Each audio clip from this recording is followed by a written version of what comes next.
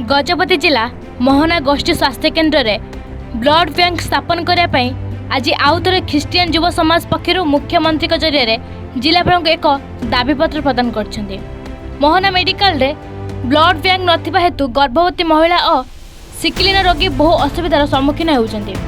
Blood पाई ब्रह्मपुर बा पारलाखेमुंडी को जीवाक पड़ुछि, एणु रोगी बहुत हयरान होउछन्ति।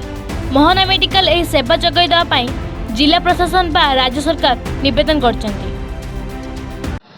आमे मोहना ब्लॉक रो पाण ख्रीस्ट यूथ सोसाइटी रो कमिटी आसचु, जेहेतु बहुत वर्ष है आज पर्यंत मोहना ब्लॉक रे ब्लड बैंक गोटे ना से जनवरी 31 रे आम गोटे रोड शोटे गोटे करी वीडियो को जरिया कलेक्टर को देते आम मोहना ब्लॉक गोटे ब्लड बैंक करने तो वीडियो सार से कलेक्टर ऑफिस को फॉरवर्ड कर कलेक्टर सार सहित भेटापी आसलु जे 5-7 मास कौन से कौन पदक्षेप निगला ना तो सार कहले से गोटे माने ब्लड सेंटर गोटे करी एमरजेंसी परिस्थिति लोक सेवा जोगाइवाई करा से कहले।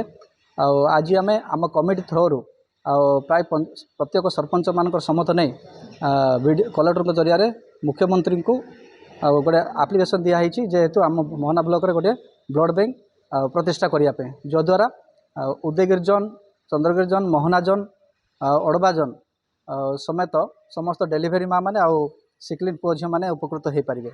ब्लड अभाव हेतु जेहेतु से पाड़ाखेमड़ी कि ब्रह्मपुर जीवार माने न जाई एठी से सुविधा पाई परिबे।